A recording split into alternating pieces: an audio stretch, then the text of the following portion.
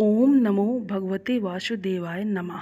दोस्तों, आइए हम सभी सुनते हैं बृहस्पतिवार व्रत यानी गुरुवार व्रत की कथा।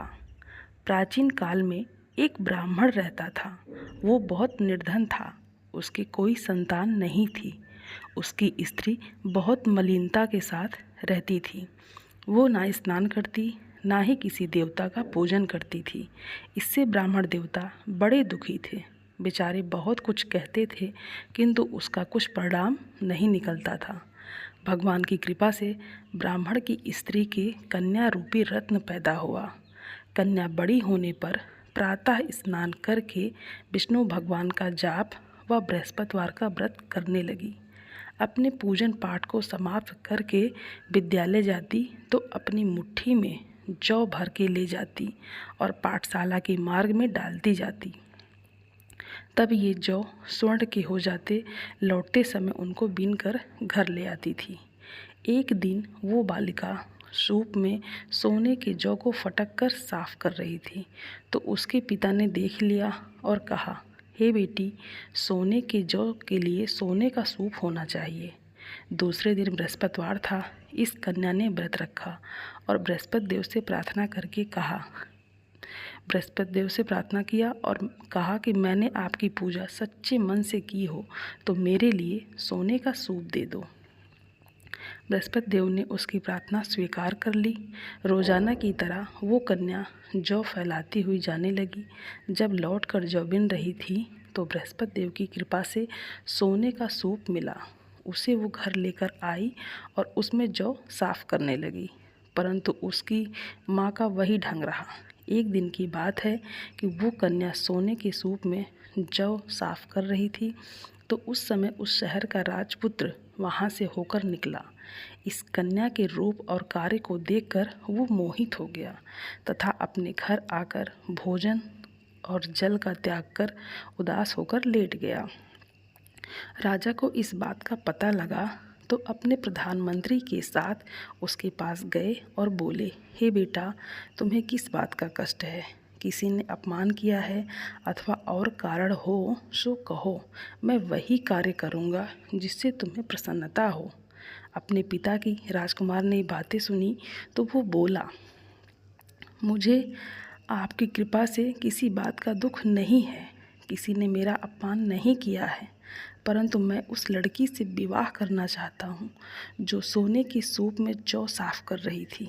ये सुनकर राजा आश्चर्य में पड़ गया और बोला, हे बेटा, इस तरह की कन्या का पता तुम ही लगाओ, मैं उसके साथ तुम्हारा विवाह अवश्य करवा दूँगा। राजकुमार ने उस लड़के के घर का पता बतलाया। तब मंत्री ने उस लड़के के घर मंत्री गए और ब्राह्मण देवता को सभी हाल बतलाया। ब्राह्मण देवता राजी खुशी के साथ अपनी कन्या का विवाह करने के लिए तैयार हो गए तथा विधि विधान के अनुसार ब्राह्मण की कन्या का विवाह राजकुमार के साथ हो गया। कन्या के घर से जाते ही पहले की भांति उस ब्राह्मण देवता के घर में गरीबी का निवास हो गया। अब भोजन के लिए भी अब बड़ी मुश्किल से मिलता था। एक दिन दुखी होकर ब्राह्मण देवता अपनी पुत्री के पास गए। बेटी ने पिता की दुखी अवस्था को देखा और अपनी माँ का हाल पूछा। तब ब्राह्मण ने सभी हाल कहा। कन्या ने बहुत सा धन देकर अपने पिता को विदा कर दिया। इस तरह ब्राह्मण का कुछ समय सुखपूर्वक व्यतीत हुआ। कुछ दिन बाद फिर वही हाल हो गया।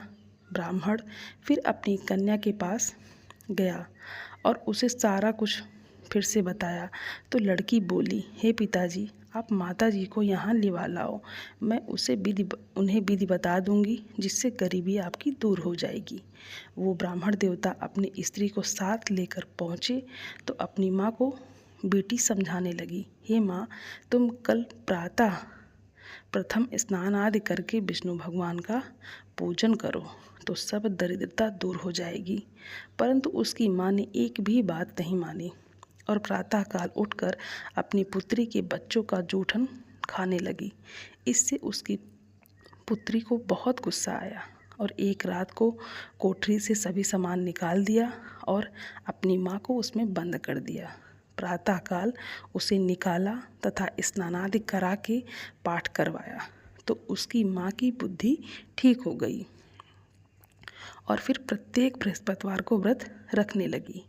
इस व्रत के प्रभाव से उसके माँ बाप बहुत ही धनवान और पुत्रवान हो गए और बृहस्पति जी के प्रभाव से इस लोक के सुख भोग कर स्वर्ग को प्राप्त हुए। बोलो विष्णु भगवान की जय। दोस्तों, अब आप सभी लोग आरती कर सकते हैं। आप सभी को जय श्रीमन नारायण। हर हर महादेव। धन्यवाद दोस्तों।